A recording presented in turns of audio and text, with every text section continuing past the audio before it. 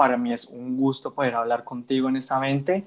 Y bueno, Silvia, yo creo que es inevitable iniciar una conversación sobre periodismo digital en 2020 sin tocar el tema de la pandemia. Tú desde tu posición desde Greenpeace y experta en todo lo que tiene que ver con los temas adyacentes a una organización como lo es Greenpeace, cuál crees tú que es la forma en que el 2020, a partir de la pandemia, ha afectado la forma en que nos informamos, sobre todo con temas relacionados en medio ambiente? Sí, pues yo creo que la crisis que provocó el COVID-19, sin duda alguna, nos puso la vida de arriba para abajo. O sea, veníamos en una ruta y en un nivel de crecimiento, de vida organizada, sin mucho cuestionamiento, sin mucho freno, sin mucha reflexión, sin preguntarnos realmente si nuestra forma de vida, nuestra forma de consumo, nuestros hábitos alimenticios, laborales, de relaciones, pues iban por buen camino. Y yo creo que lo que hizo esta pandemia fue realmente encender todas las alertas para entender que pues realmente estábamos abusando en muchos sentidos de la palabra. O sea, no hay salud en un planeta enfermo, primero, y eso quiere decir que gran parte del origen de estos virus tiene que ver con pérdida de biodiversidad, con altos índices de contaminación, con desequilibrio planetario, desequilibrio en términos químicos, en términos físicos, en términos también, pues hasta emocionales de la humanidad. Y pues en la medida en que nos damos cuenta que hay desequilibrios y que finalmente ya no los podemos tapar con un dedito, sino que nos toca aislarnos, nos toca repensar la manera como vivimos en las ciudades, cómo nos relacionamos, cómo nos alimentamos, cómo compramos, y nos damos cuenta que muchas de las cosas que creíamos que eran inamovibles o imposibles de cambiar, no lo son, y que sí podíamos cambiar. En ese sentido, yo no creo que la pandemia haya traído cosas positivas, pero sí evidenció una crisis que venía latente y que nos demuestra que muchas de las medidas que se tomaron en la pandemia a causa del confinamiento fueron positivas y por ende tienen que perpetuarse. ¿No? Me refiero, por ejemplo, a la disminución en los viajes aéreos. Pensábamos que era imposible no viajar y nos damos cuenta que no es imposible, que es una necesidad, que el planeta realmente no aguanta el nivel de emisiones de gases de efecto invernadero que genera la industria eh, pues, de los aviones. Nos Ujú. damos cuenta, por ejemplo, que todos los temas de movilidad en las ciudades se restringen. Nos damos cuenta que trabajar en casa tiene muchas más ventajas que desventajas y nos damos cuenta entonces que duramos 3 o 4 horas en un trancón, que podemos movilizarnos en bicicleta, que podemos salir menos, que podemos repensar nuestra manera también de trabajar. Cuando estamos entonces en la casa nos damos cuenta que pues somos mucho más conscientes de la manera como nos alimentamos y nos hacemos preguntas por primera vez: ¿de dónde sale mi comida? ¿Quién la produce? ¿Esto es importado? ¿Esto no es importado? ¿Esto es fresco? ¿Esto está lleno de químicos? ¿Esto es orgánico? ¿Es la primera vez que prendo el horno? ¿Tengo que aprender a cocinar más verduras? Porque no puede ser que yo esté comiendo comida empaquetada. Cuando pido un domicilio por primera vez me doy cuenta que viene lleno de plástico y empiezo a sentir yo como ciudadano normal que pues soy responsable de una cantidad de cosas que suceden en el planeta y que si bien no puedo solucionarlas yo de manera exclusiva o individual, pues sí tengo mucha responsabilidad y por lo menos empiezo a hacerme muchas preguntas. Entonces yo creo que la vida sí nos cambió profundamente.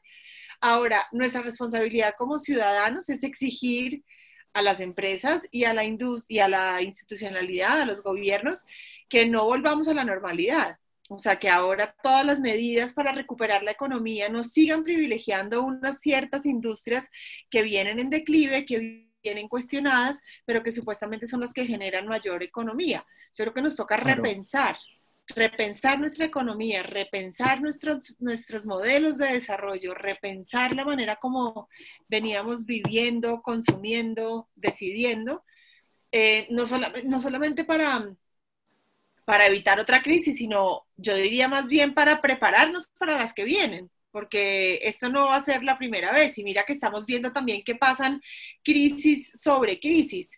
¿no? Entonces estamos en pleno COVID y hay un revuelto y un descontento entendible de la gente a causa de inequidad, pues de sobreautoridad, y nos van pasando muchas cosas que tenemos que relacionar y que vamos a tener que entender también que no podemos ver los fenómenos de una manera independiente, es decir, los temas ambientales tienen que ver con temas de salud, los temas de salud tienen que ver con temas económicos, los temas económicos tienen que ver con temas políticos, y vamos a tener que repensar el desarrollo de una manera mucho más holística y más integral. Claro que sí, muy interesante lo que acabas de tocar. Pero bueno, a partir de lo que nos estás diciendo, ¿tú te consideras optimista frente a la moraleja que nos ha dejado una crisis así en la población general? ¿Tú sientes que ha habido un cambio en la forma de actuar y de pensar de la ciudadanía? Yo soy optimista en el sentido en el que yo sí creo que la vida nos cambió tanto, nos cuestionó tanto, que va a haber cosas que no vamos a poder olvidar tan rápido. Es decir, porque generalmente las crisis pasan, pues no todas, pero muchas de las crisis grandes globales, pues no a todo el mundo lo permean, o sea, no lo apelan de manera tan particular. En este caso, pues o por lo menos en mi corta vida y pues en la de inclusive mis papás, en los últimos 80 años no había pasado una crisis que apelara a todos los países, a todas las culturas, a todos los estratos, a todas las geografías, a todas las edades, a todos los géneros. Entonces yo sí soy, pues, digamos que yo sí estoy esperanzada con el hecho de que como humanidad podamos emprender y evolucionar en el sentido en el que tenemos que realmente repensar la manera como veníamos viviendo.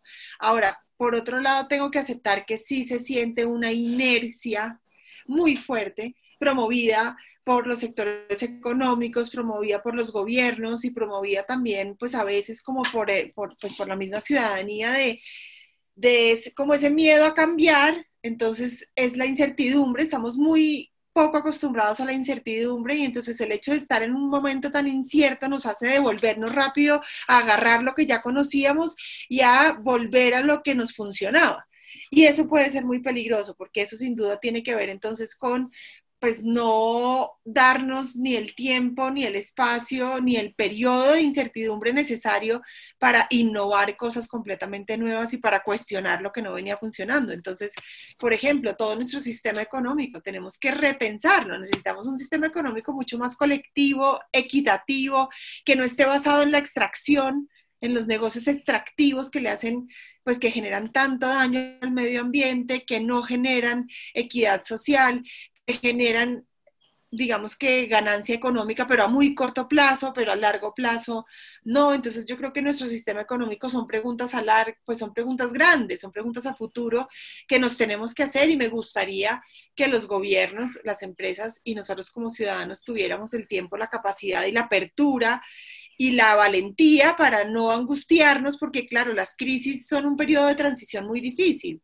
y perdemos muchas cosas, pero si las podemos transitar con calma y con serenidad, pues vienen oportunidades importantes.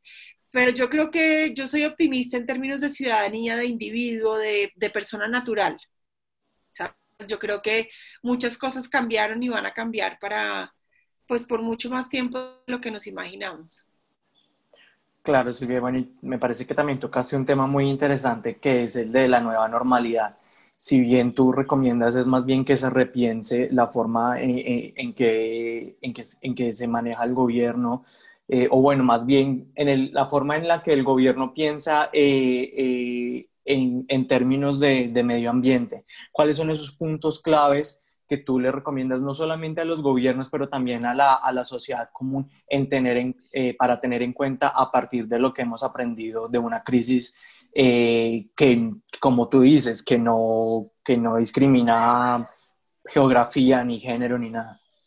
Sí, pues lo primero que yo llamo la atención es entender que la crisis del COVID lo que hace es de alguna manera abrir la puerta y prender las alertas para que nos demos una idea de la dimensión que puede implicar una crisis climática, que ya no es una hipótesis, sino es una realidad y que con el tiempo se va a ir profundizando mucho más. Entonces estamos viendo, por ejemplo, eventos extremos naturales cada vez más fuertes, como son incendios, la Amazonía brasilera completamente incendiada, los pantanales incendiados, los bosques argentinos incendiados, la Amazonía colombiana incendiada. Vemos también que cuando vienen épocas de lluvia, vemos inundaciones grandísimas. Este tipo de crisis también no tiene absolutamente ninguna segmentación, o sea, las mansiones de California absolutamente incendiadas, y vemos también entonces periodos de sequía mucho más grandes, periodos de heladas mucho más grandes. Eso tiene que ver entonces con la escasez de agua en la sabana de Bogotá, por ejemplo, lo cual va a implicar entonces pues desabastecimiento Un racionamiento, en sí. las ciudades grandes con respecto como a la comida local. Entonces yo creo que lo que nos muestra la pandemia es una ventana a lo que podríamos llegar a vivir y a lo que ya estamos viviendo con la crisis climática. Y yo creo que esa es una llamada de atención muy importante, porque eso tiene que ver entonces con que los gobiernos, las empresas y los ciudadanos tenemos que estar pensando en que todos nuestros planes, nuestras decisiones, nuestras inversiones tienen que estar pensadas bajo una óptica climática, porque eso es lo que está pasando y eso es lo que va a marcar nuestra vida en los próximos años y ya la está marcando. Entonces, si este COVID nos cambió tanto, la crisis climática nos va a cambiar aún más y vamos a tener entonces, pues, altísimos índices de contaminación atmosférica, vamos a tener sequías, vamos a tener eventos naturales climáticos muy fuertes, cada vez los tsunamis y los tornados y todos estos eventos van a ser cada vez más fuertes y esto tiene que ver con un desequilibrio climático muy fuerte. Claro. Entonces el llamado también es a repensar la manera como estamos utilizando el planeta y la manera como queremos también vivir en nuestro planeta. Es decir, nosotros tenemos una idea de bienestar y de acumulación de bienes que se asemeja mucho al promedio de vida americano.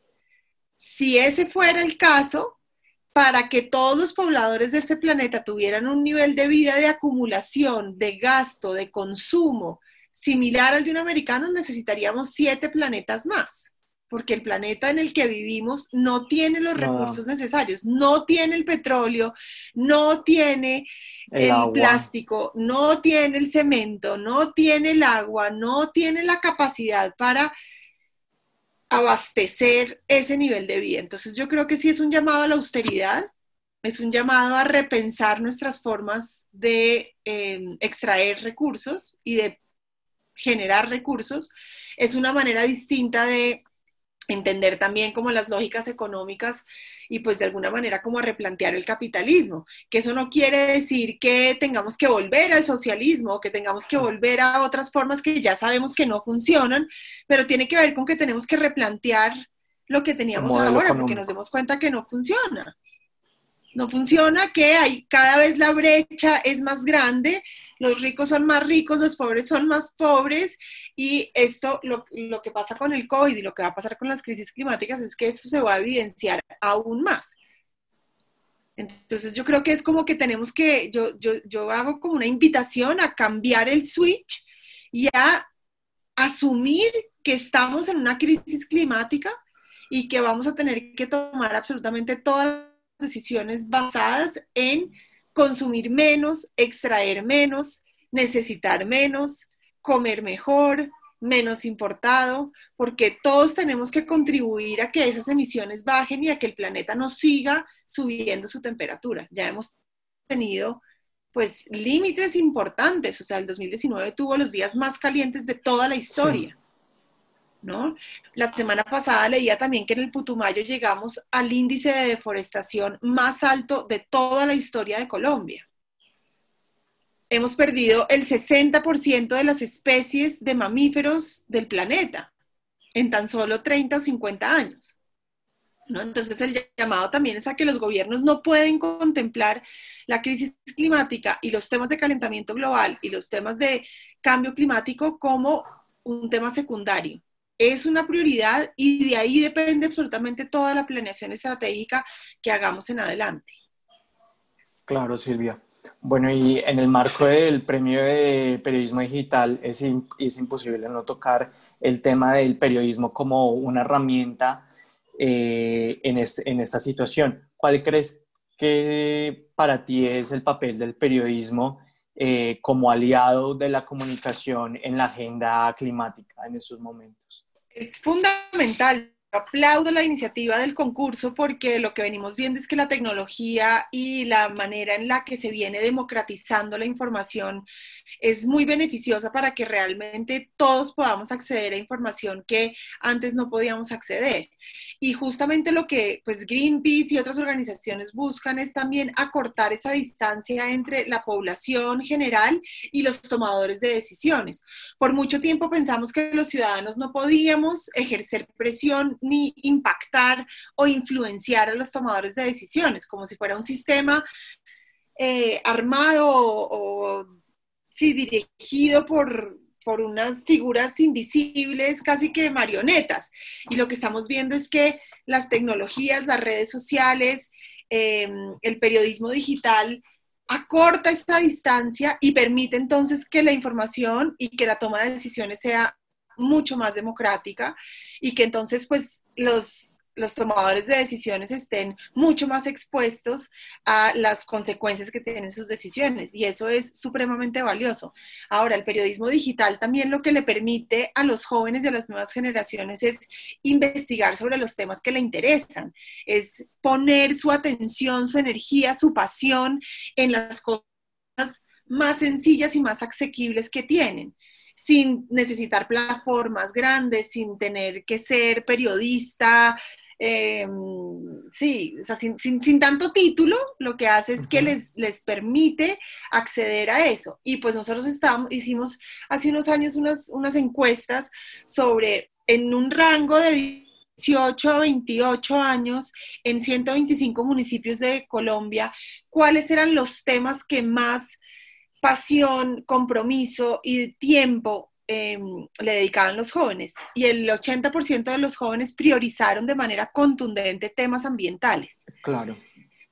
Entonces, es una era muy interesante porque entonces es también una generación que tiene una sensibilidad y que ve realmente que el cambio climático no es lora, que el cambio climático no es una hipótesis, que el cambio climático es real y está relacionado con la manera como cuidamos o destruimos nuestros bosques, reciclamos o producimos demasiado plástico, cuidamos o contaminamos nuestras cuencas hidrográficas, consumimos más o consumimos menos. Entonces, sí hay una conciencia muy interesante y yo creo que estas herramientas de periodismo digital lo que permiten es una apertura inmensa de canales de comunicación, de canales de publicación, de acceso a la información, sin que haya necesariamente un editorial que diga esto se publica, esto no se publica, esto es interesante, esto no es interesante, ¿no? Es democrático, es abierto, Claro. está ya en las redes. ¿No? Está publicado, está abierto para el público y eso es una cosa pues muy valiosa en un momento donde también los espacios de manifestación pública se vienen achicando, donde los espacios de expresión y de digamos que de periodismo también independiente se vienen constriñendo. Entonces yo creo que en la medida en que esas tendencias suceden, abrir este tipo de espacios pues genera balance y da pues mucho aire al acceso a información, al acceso, por ejemplo, a información a diferentes geografías. Yo estaba revisando los trabajos que estoy evaluando y pues es fascinante ver los rincones de Colombia de donde vienen los trabajos, los temas también tan particulares y tan específicos que no son temas como pues muy comunes y que resultan fascinantes porque no hay un script previo, porque no hay una curaduría previa, sino que la gente puede genuinamente pues inscribir y hacer el trabajo que consideró era relevante para su comunidad, para su barrio, para su familia, y yo creo que eso es un avance inmenso para la democracia. Bueno, Silvia, y ya para terminar, ¿cuáles son aquellas expectativas que tienes frente al Premio Nacional de Periodismo Digital en su edición 2020? Bueno, pues yo estaba muy expectante porque el año pasado fue muy interesante esa revisión de trabajos y también poder después estar con los ganadores y con las personas que fueron seleccionadas, pues porque es un grupo también tan diverso y tan enriquecedor. Pero pues este año mis expectativas también pues aumentaron, pues o se cumplieron de una mejor manera porque estoy leyendo los trabajos y me parece que tienen, lo que te digo, una relevancia geográfica impresionante, tienen una diversidad y una rigurosidad muy importantes. Me parece también que veo muchas mujeres y eso lo celebro. Veo muchas mujeres que están presentando sus trabajos y sacar esas voces, promover esas voces femeninas que son voces sensibles, empáticas, cuidadosas, detallistas. Me parece que lo resalto y eso me da mucha alegría. He leído también trabajos elaborados por hombres alucinantes. Y pues me parece que lo que tiene el premio también es que es una posibilidad para abrir la diversidad en todos sus géneros, en todas sus expresiones, así que tengo la expectativa también de que en un futuro tengamos trabajos de diferentes géneros y que podamos realmente como entender la mirada de todas estas personas pues diversas que tenemos en nuestro país. Tengo también la ilusión de poder y eso también no lo ha demostrado el premio, y es en la medida en que tenemos, es como si nos pusiéramos las gafas de los periodistas de diferentes lugares, tenemos acceso a una información muy particular que de otra manera no tendríamos acceso a ella. Entonces yo creo que a mí me da como confianza de poder saber lo que pasa en mi país desde una perspectiva también muy fresca, muy auténtica, pero muy rigurosa también. Yo creo que en la medida en que el premio va avanzando, la rigurosidad y la calidad de los trabajos sin duda va aumentando, lo percibo este año. Y pues esta es una invitación también a que todos los participantes, los periodistas en potencia, los activistas en potencia, los políticos en potencia, pues aprovechen este espacio como un espacio de formación, de contacto al público, de publicación, como de fogueo, porque realmente es muy valioso lo que se muestra acá, el espectro de temas de diversidad. Entonces yo creo que es como una invitación también a aprovechar este espacio para seguir indagando y para seguir como creciendo en lo que cada uno de esos personajes está buscando. Claro. Bueno, muchísimas gracias, Silvia. Muy interesante todo lo que nos acabaste de decir y estaremos muy pendientes a toda esta evaluación que has estado haciendo sobre los trabajos en esta nueva edición del premio. De nuevo, muchas gracias y que estés muy bien.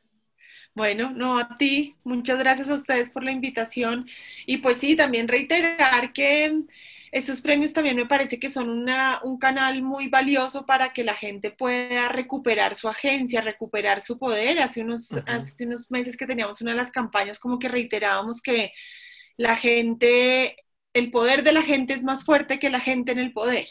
Y los premios y esta posibilidad de publicar, de trabajar, de investigar, nos demuestra eso, que nuestra voz es importante, que sí puede generar cambios, que sí genera reflexiones, que los tomadores de decisiones no están inamovibles allá, sino que pues sí tenemos poder, entonces eso está muy interesante. Pero bueno, muchas gracias a ustedes, les agradezco la invitación. Gracias a ti, muchas gracias por esta reflexión, es muy importante, la verdad.